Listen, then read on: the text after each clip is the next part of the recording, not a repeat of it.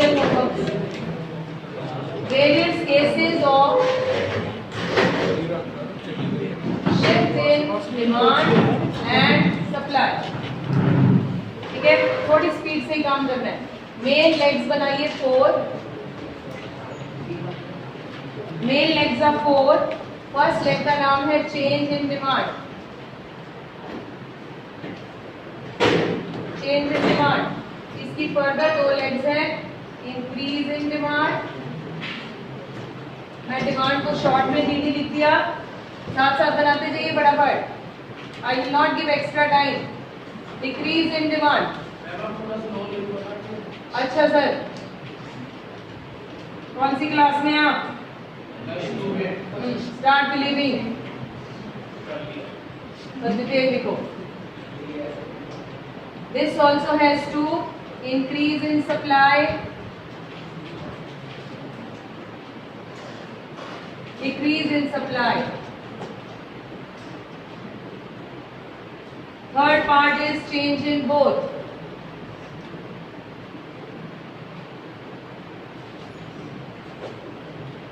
Change in both further has 4 legs.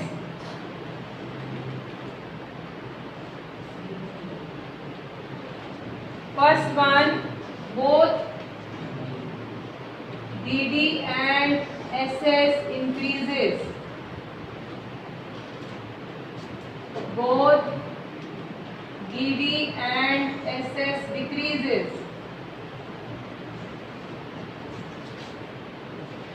DD increases and SS decreases. Short में लिख दिया. DD decreases,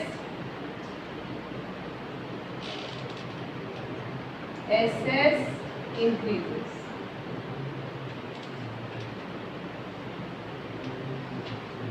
This is special cases.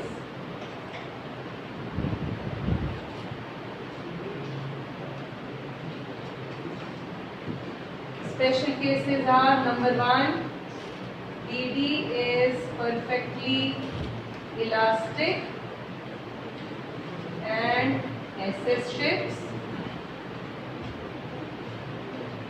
हो गया बच्चा?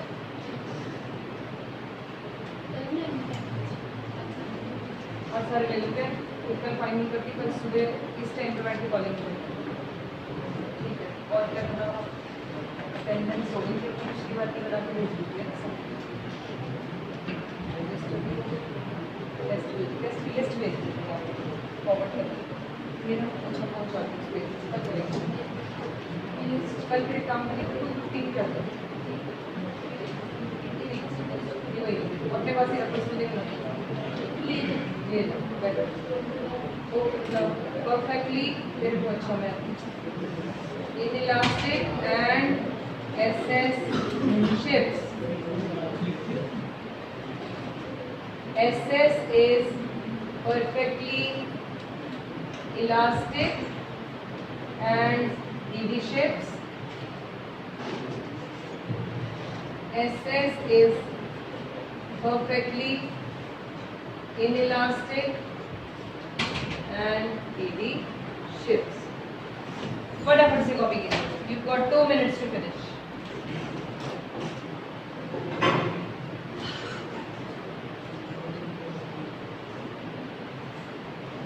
अच्छा, इसके फर्दर केसेस तो मैंने लिखे ही. यस, इसमें फर्दर 3 केसेस हैं. DD का increase equal to SS increase. DD increase more than SS increase. DD increase less than SS increase. DD decreases equal to SS decreases. DD का fall is more. DD का fall is less. This one, DD increases with the equal ratio. DD increases with more.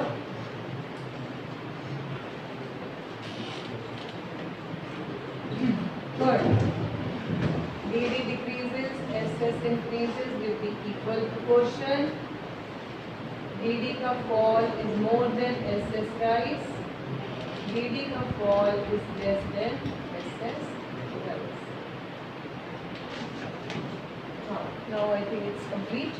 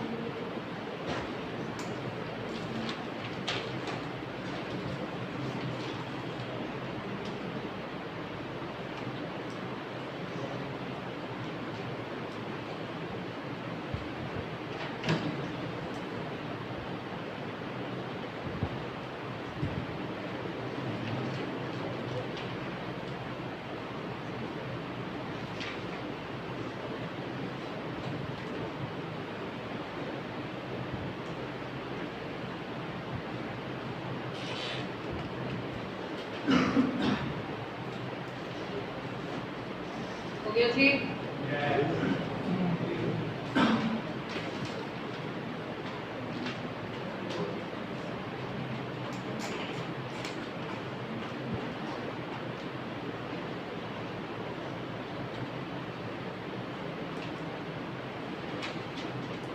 बन गया? हाँ जी बन गया। First heading लिखेंगे। अगले page. हाँ नेक्स्ट बस इतना इसको रेफरेंस के लिए रख दिया हमने।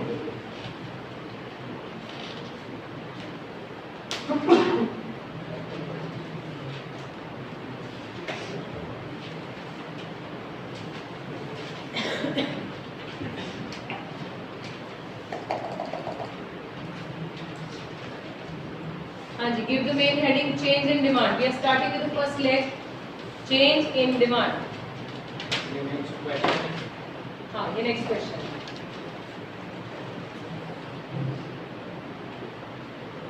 इसके बाद अब हम सारा कॉन्सेप्ट कर लेंगे। क्वेश्चन किस फॉर्मेट में आएंगे जब पूरा चैप्टर हो जाएगा, उसके बाद उसके कुछ फॉर्मेट वाले क्वेश्चंस प्रैक्टिस करेंगे। ओके हो गया? राइट। कल सबके पास पेंसिल्स इरेजर्स होने चाहिए क्योंकि tomorrow I think we are going to cover all these diagrams. You are going to make it on your own. You may make mistakes, so notes में गंदगी बचाना अलाउड नहीं है। हाँ, पेन आज तो चल जाएगा क्योंकि आज तो ये 3-4 डायग्राम में डिस्कस होंगे।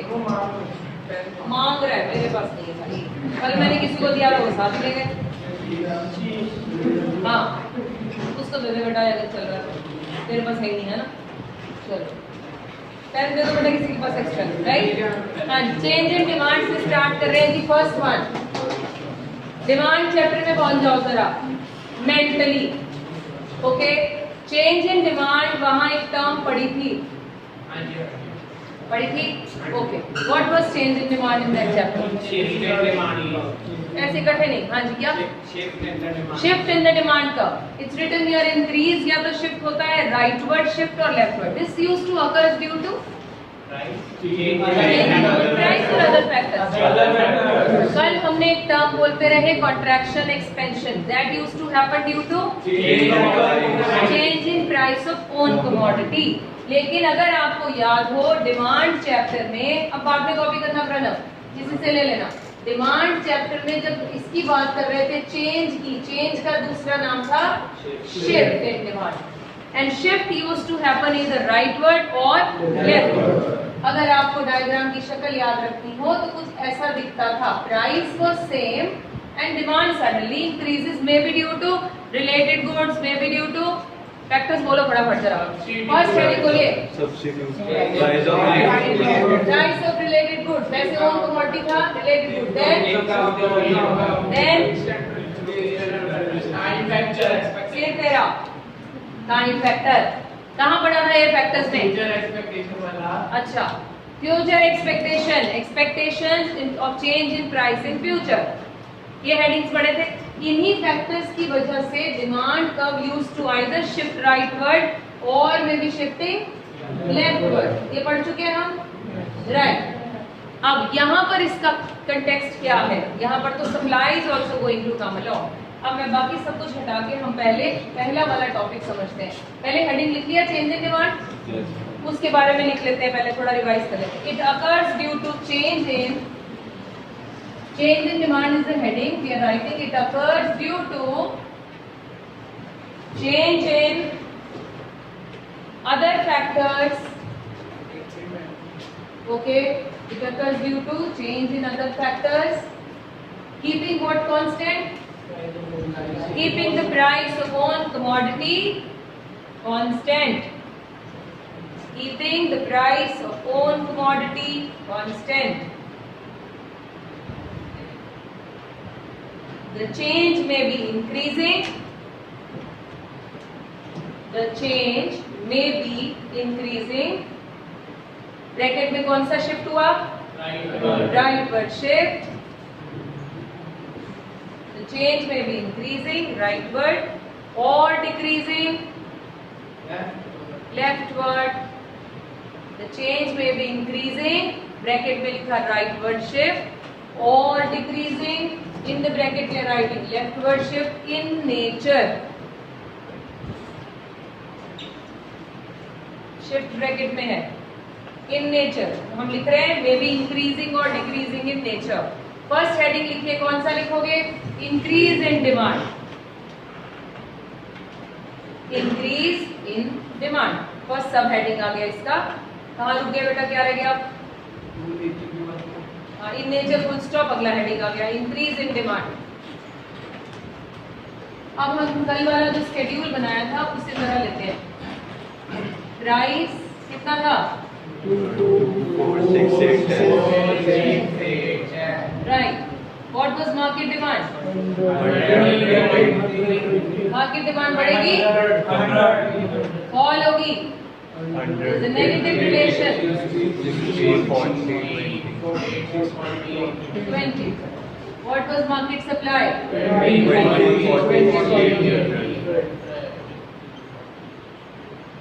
Where was the equilibrium? 60.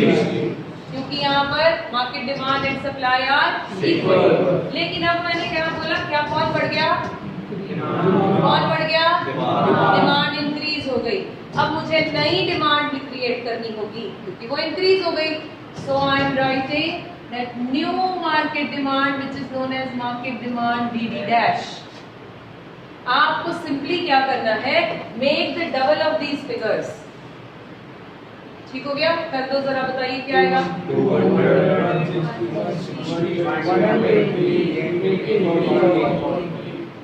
Can you find new equilibrium, Yes. इस केस में अब एक बात ध्यान से समझिए, ये क्या समझाना चाहते हैं, ये देखिए, अब डायग्राम से इसको और बेटर क्लियर होगा। बड़ा मन्यूट से समझना है बेटा, इसमें छोटी छोटी चीजें हैं, राइट। यहाँ क्या था, यहाँ हम लेते हैं price, what are we doing, बिल्कुल ठीक। ये कौन सा कर्व है, डिमांड, ये कौन सा है, सप्लाई, बिल्कुल ठीक, डिमांड एंड सप्लाई। अब पेपर में क्वेश्चन आता है, कल वाला जैसे हमने एक बार को एग्जांपल लिया था कि सब रिलेटेड गुड्स में से जो सब्स्टिट्यूट गुड है इसका प्राइस बढ़ गया, बताइए इसकी अदर कमोडिटी जो इसकी सब्स्टिट्यूट कमोडिटी है उसकी डिमांड पर क्या इफेक्ट होगा। तो ये क्वेश्चन किस चैप्टर का है, डिमांड।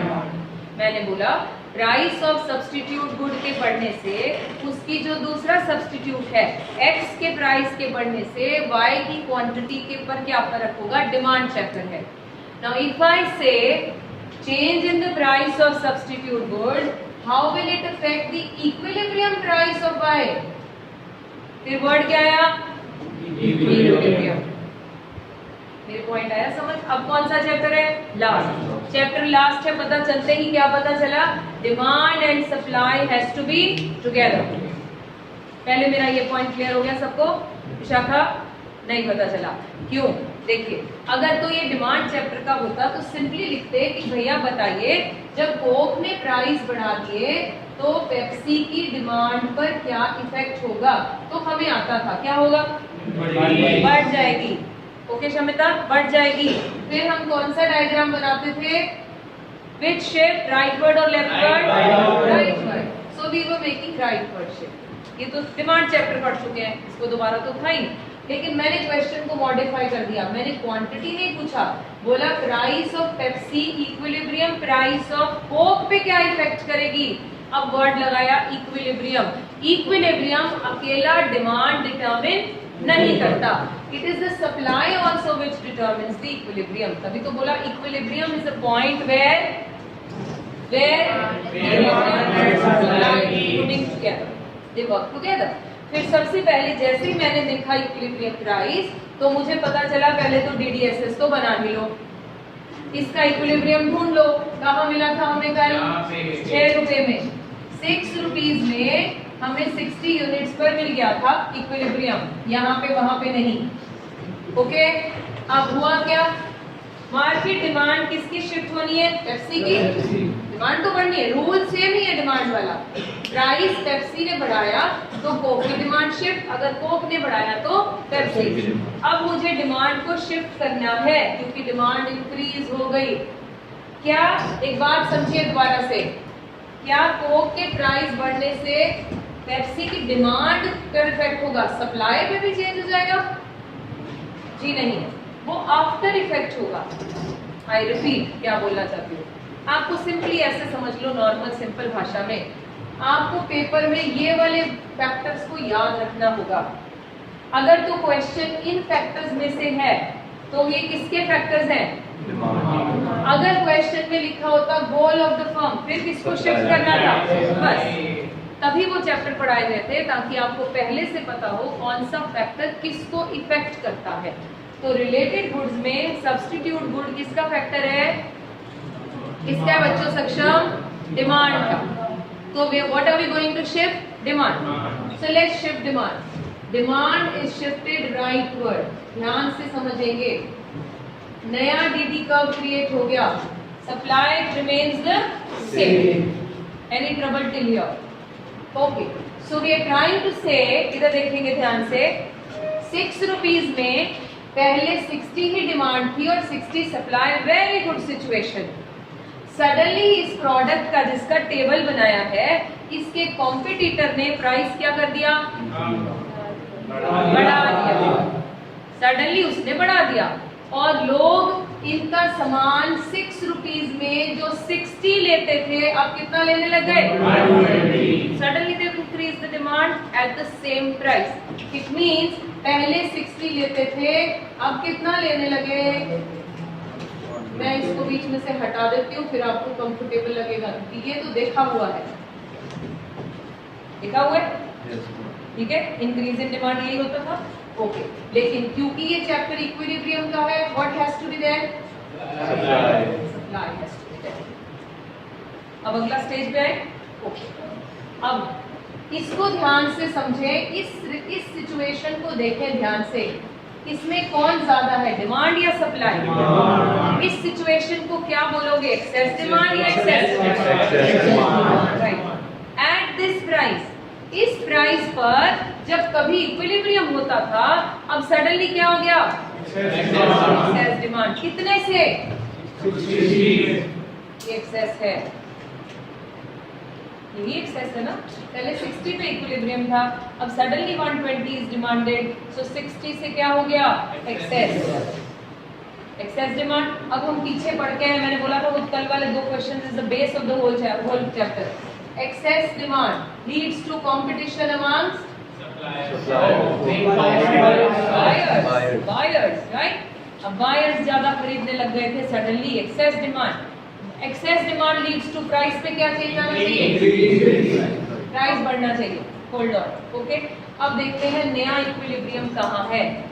नया इक्विलिब्रियम कहाँ पर है, प्राइस बढ़ा है ना, ओके। यहाँ भी देखते हैं नया इक्विलिब्रियम। पहले equilibrium is a point when DD is equal to right. एक सेकंड के लिए इधर उधर नहीं होना, please pay attention only here. No recording even will help you after this. Now नया इक्विलिब्रियम dd का जो चेंज है that should be equal to ss, क्योंकि ss में तो कोई चेंज नहीं है। Is it right? तो नया देखते हैं, ये dd का नया चेंज है, ये एक पॉइंट है जहां वो ss से मीट करता है। Can you all see that? Yes. देखिए आप, राइट। आगे चलो। नाउ देखते हैं इस तरफ, प्राइस देखिए क्या हो गया, Increase. प्राइस इंक्रीज हो गया, प्राइस इंक्रीज हो गया। ओके, अब प्राइस के इंक्रीज होते ही डिमांड में क्या होना है? Increase. Contract. Contract. कॉन्ट्रैक्शन। अब पता चला क्यों बार बार बोला कॉन्ट्रैक्शन इज इंपॉर्टेंट, क्योंकि ये भी वर्ड यूज कर रहे हो बीच में और कॉन्ट्रैक्शन भी है।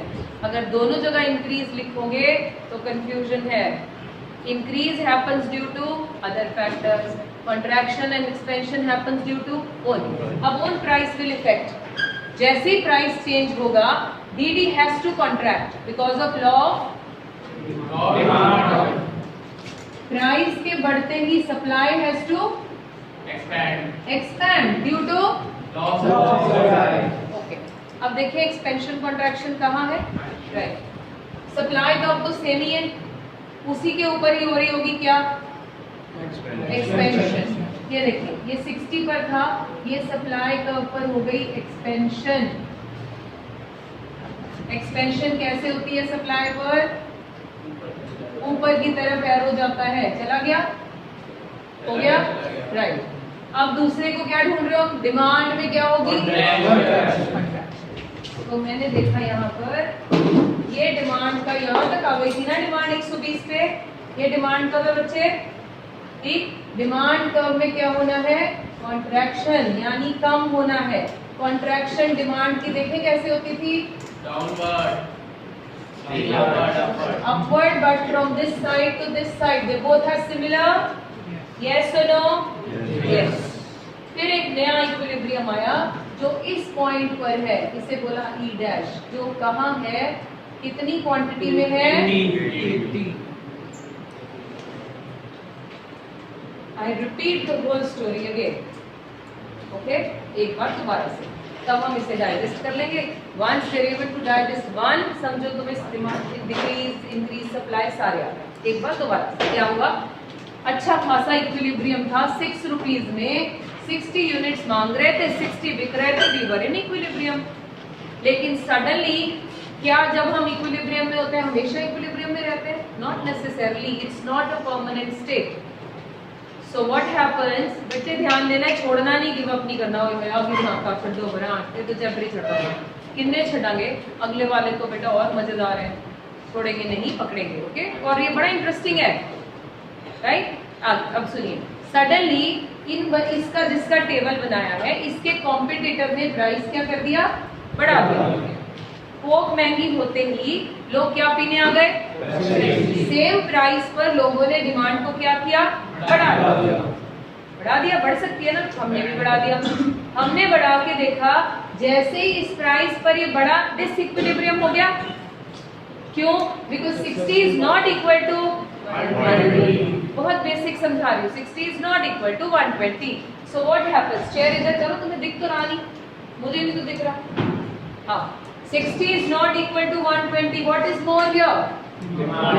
So what will this lead to? Excess demand. क्योंकि demand is in excess, so we call it excess demand. Done. क्योंकि excess demand हुई है मार्केट में, तो प्राइस को बढ़ना ही बढ़ना है, रूल है, पढ़ के तो आया पिछले क्वेश्चन में। Excess demand leads to rising price. इनको पता चला मेरी डिमांड बढ़ गई, सडनली ये भी प्राइस बढ़ा देंगे, तो इनका प्राइस बढ़ना चाहिए। फिर हमने डायग्राम ड्रॉ करके देखा कि क्या एक्चुअली ऐसे होता है। Diagram giving you the answer, diagram is itself giving you the answer. जैसे मैंने dd को शिफ्ट किया, I got the answer that the new equilibrium is upper, the higher, on the higher side. इसको आपने इस तरफ लेकर गए तो you got the answer, price बढ़ गया। अब प्राइस के बढ़ते ही, price is the cause, effect किस पे आने हैं? Demand and supply. प्राइस के बढ़ते ही demand has to contract. Contract का मतलब कम होनी है। कैसे? डिमांड 120 हो गई थी, प्राइस के बढ़ते ही कम होना ही होना है उसने, हो गई। दूसरा, प्राइस के बढ़ते ही more people will enter because of the profit, तो more supply will happen, right. So suppliers will also add, वो 60 से कितने हो गए 80, डिमांड थोड़ी कम हुई, सप्लायर थोड़े ऐड हुए, एक नया इक्विलिब्रियम मिला which is at 80। It was something like, अगर जनरल भाषा में बात करें, ये तो मैथमेटिकल लैंग्वेज हो गई, ग्राफिकल लैंग्वेज है, जनरल भाषा में बात करें, 6 रुपीज में 60 यूनिट लेने वाले भी खुश थे, देने वाले भी दे वर हैप्पी। बट सडनली हम 66 रुपीज में ज्यादा मांगने लगे, सप्लायर कहते हम नहीं दे सकते भाई 120, सॉरी। सो हमसे ज्यादा लेने के लिए आपको क्या करना होगा, प्राइस बढ़ाना होगा। जैसे ही प्राइस बढ़ा तो डिमांड करने वाले थोड़े कम होंगे कि नहीं होंगे, होंगे। सप्लायर मोटिवेट होंगे, ऐड बढ़ गए। तो कहीं ना कहीं बीच में एक नंबर होगा जहां वो दोनों कंफर्टेबल होंगे, राइट। 120 से डिमांड कम होते होते 80 में आ गई, और इधर से कितने से था 60 से बढ़कर कितना हो गया 80, बीच में एक नंबर मिला जहां पर नया इक्विलिब्रियम रिस्टोर हो गया। Now that equilibrium is the new equilibrium which is represented as E dash. Any trouble till here? I'm sure it is fine. अगला डायग्राम बनाएंगे और बेटर आइडिया हो जाएगा। किसी को कोई प्रॉब्लम है? राइट, अब चलिए लिखना शुरू करें। फिर मैं डायग्राम बनाना कैसे है दोबारा बना के दिखाऊंगी। Under the condition of constant supply curve, speed से करेंगे। Under the condition of constant supply curve, if there is increase in demand, if there is increase in demand, bracket में लिखा rightward shift of demand curve,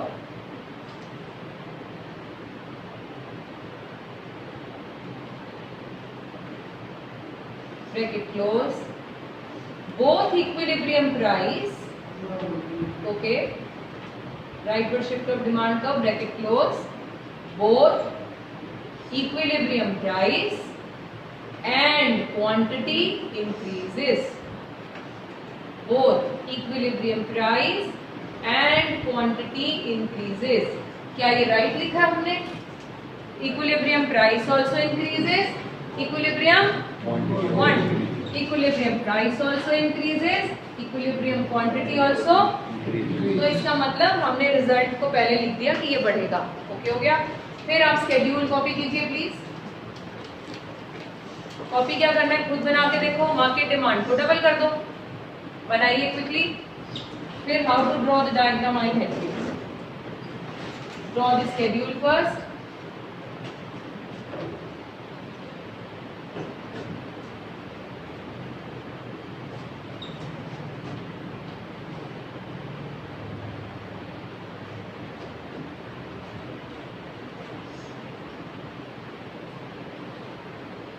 बन गया, right.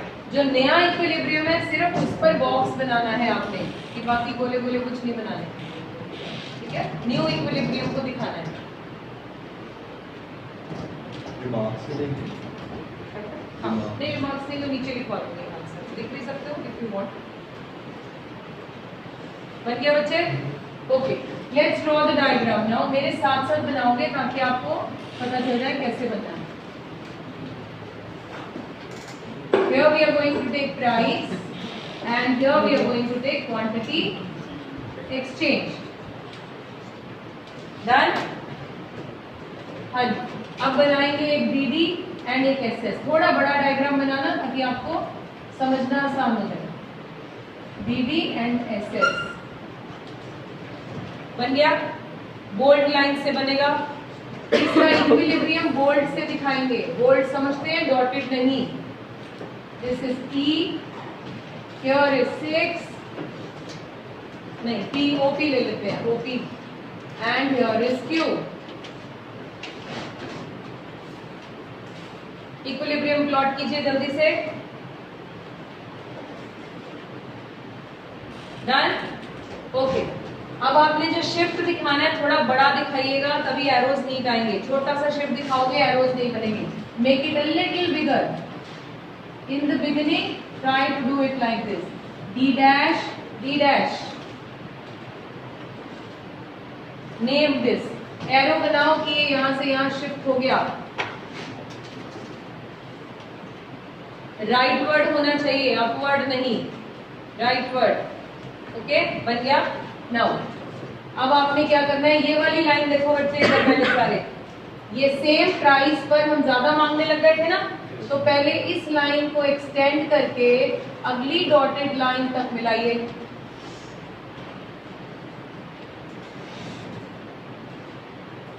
Then इस dotted line को नीचे एक क्वांटिटी में ले आइए। बन गया। मैंने इसको नेम दे दिया Q डैश। डन। अब आपको यहां पर एक पॉइंट मिल रहा है, न्यू इक्विलिब्रियम। इसको क्वांटिटी में भी ले आओ और प्राइस की तरफ भी ले जाओ, डॉटेड लाइन से। Quantity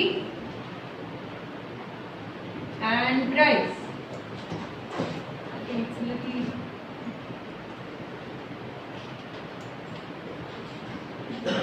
done. एवरीबडी, जो ये एक्सेस है इसे बोल्ड कर दो।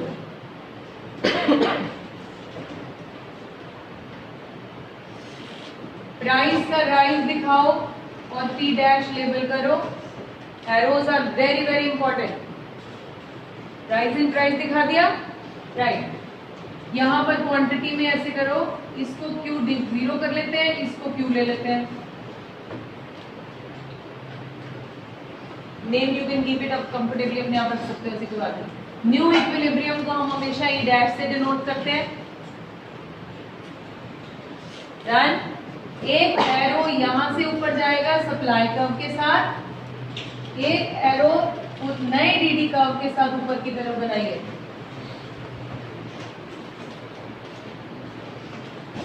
इस पॉइंट को भी लेबल करना है, हमने लिख दिया Z। We're labeling even this point also Z. That's the complete, एक और एरो रह गया यहां से यहां तक। ये कंप्लीट फॉर्मेट है इस डायग्राम का। इसमें आप एरोज मिस नहीं कर सकते। मैं हम बाद में लिखते हुए आंसर में लिख देंगे कि पहले Q 0 था इक्विलिब्रियम, अब वो Q पर आ गया। यहाँ से कम नहीं आया। हम एक्चुअली ये वो दिखा रहे हैं, हमने लिखा ना कि both price and quantity will increase up to here होंगी, यहाँ तक तो जा ही नहीं सकती। डन हो गया। Let's write down the answer to get more clarity. लिखिए, as shown in the diagram, above diagram, as shown in the above diagram, demand curve shifts towards right. Demand curve shifts towards right from DD to D dash D dash.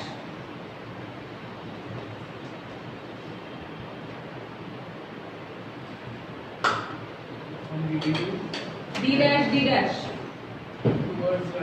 Towards right from DD to D dash D dash, which results into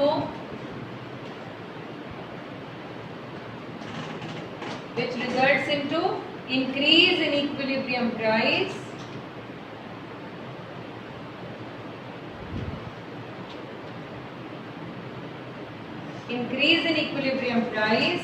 from OP to OP dash,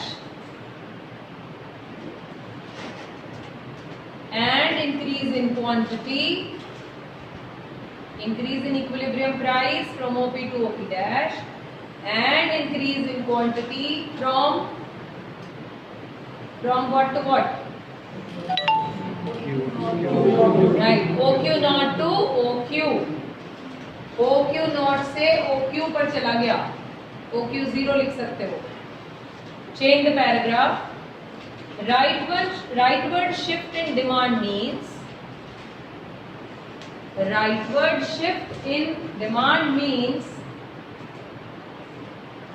larger quantity is demanded. A larger quantity is demanded at the same market price. At the same price कर दो market की, at the same price. As a result, excess demand. As a result, excess demand, underlying excess demand, bracket में लिखो equal to, यहाँ पर demand कितने से access है, कितने से एक्सेस है, नहीं नंबर्स नहीं है यहाँ पर, इसमें आप अल्फाबेट्स है, बताइए एक्सेस यहाँ से नहीं बताना, यहाँ से बताना, EZ equal to EZ, excess demand bracket में लिखा equal to EZ, bracket close, develops, develop हम लिखा है हमने, as a result excess demand develops, and because of this excess demand, and because of this excess demand, price tends to rise. Because of this excess demand, price tends to rise, underlying price rise, and this rise in price leads to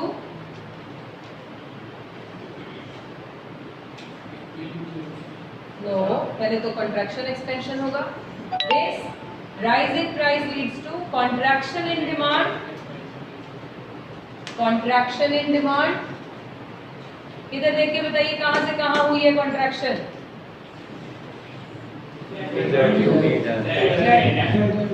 Z to E dash, bracket में लिखो, from Z to E dash,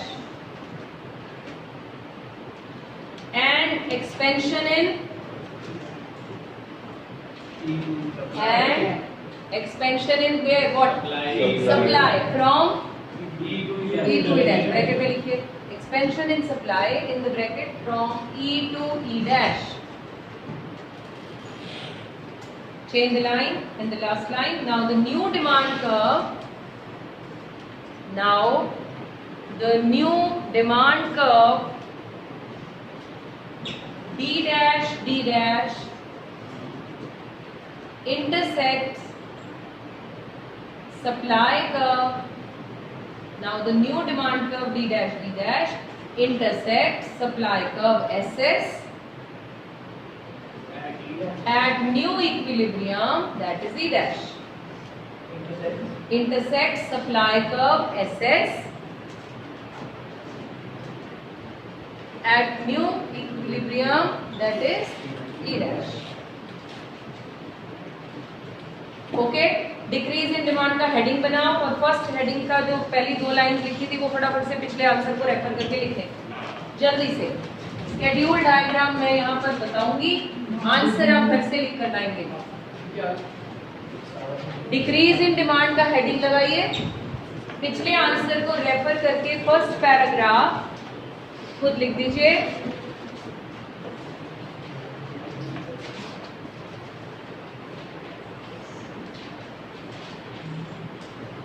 और जो साथ साथ answers नहीं लिख रहे हैं वो they are in trouble, going to be in trouble.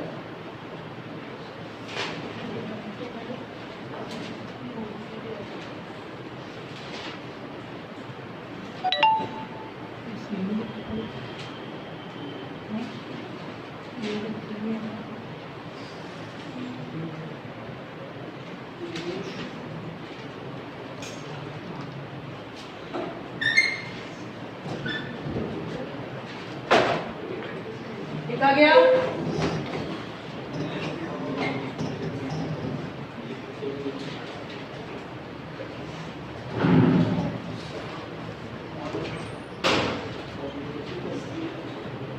हाँ जी, डन।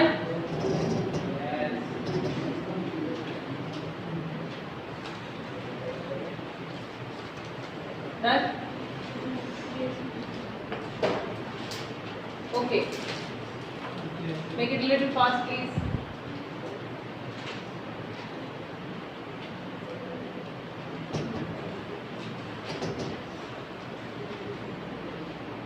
अभी इसका न्यू डिमांड, मार्केट डिमांड कैसे बनाएंगे? डिक्रीज है ना, तो अब आपने पिछली बार इंक्रीज में क्या किया था? डबल। अब क्या करो? हाफ कर दो। राइट, कितना कर देंगे इसका? 50, 40, कहाँ मिला इक्विलिब्रियम? मिला कहीं? 4 पे यहाँ मिला। इसका मतलब इसमें प्राइस और डिमांड को क्या होना है?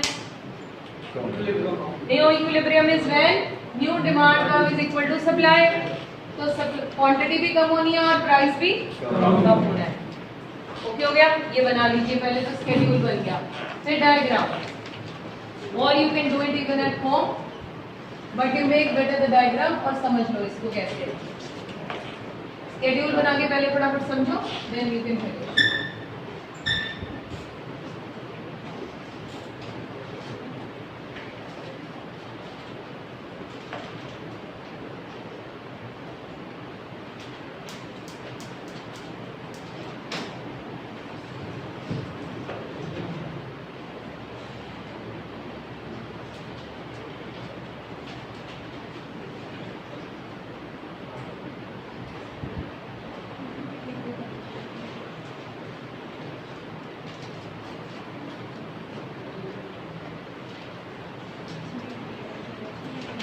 हाँ जी, फर्स्ट प्लीज अंडरस्टैंड, क्योंकि कॉन्सेप्ट थोड़ा अब डिफरेंट है। अभी इधर आ जाइए प्लीज, ये बात में भी हो जाएगा, समझ में आ गया, हाफ ही करना है। ओके, इधर देखिए, अभी एवरीबॉडी तुषार लुका, इधर देखिए।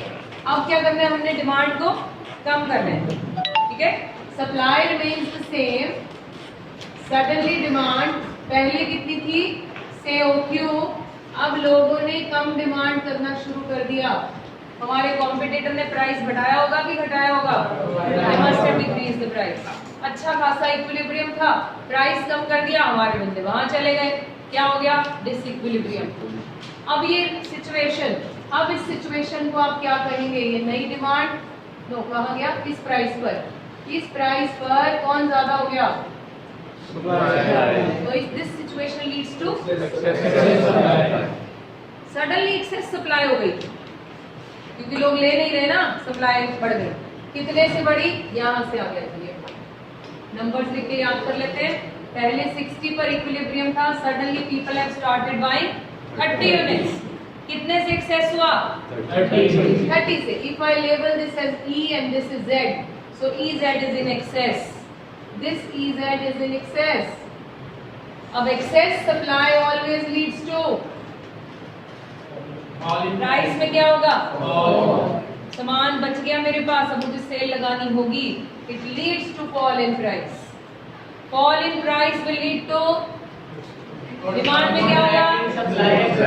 डिमांड में सप्लाई में कॉन्ट्रैक्ट। ये जो मैं करती हूँ, ये पेपर में आप होमवर्क करेंगे तो आपके लिए आंसर लिखना आसान हो गया। अब देखते हैं नया इक्विलिब्रियम मिला कहीं? ये रहा। प्राइस कितना है? अभी दिख रहा है, राइट, ये राजू, ये प्राइस हमारा 6 से 4 हो गया, राइट। इस प्राइस चेंज में ये डीडी का वे नया वाला बेटा D0 लिखते हैं हम, एरो बनाएंगे। इसने क्या किया? ये जो डिमांड है इसको क्या कर दिया? प्राइस को कम होते ही एक्सपैंड कर दिया। Expansion from 30 to 40। और इसने सप्लाई को क्या किया? कॉन्ट्रैक्ट कर दिया। तो contraction happens from 60 to 40। There is another equilibrium which is E dash. मेरा point I hope it is clear ना, काफी हद तक। आज वाला ये आंसर आप घर से खुद लिखेंगे।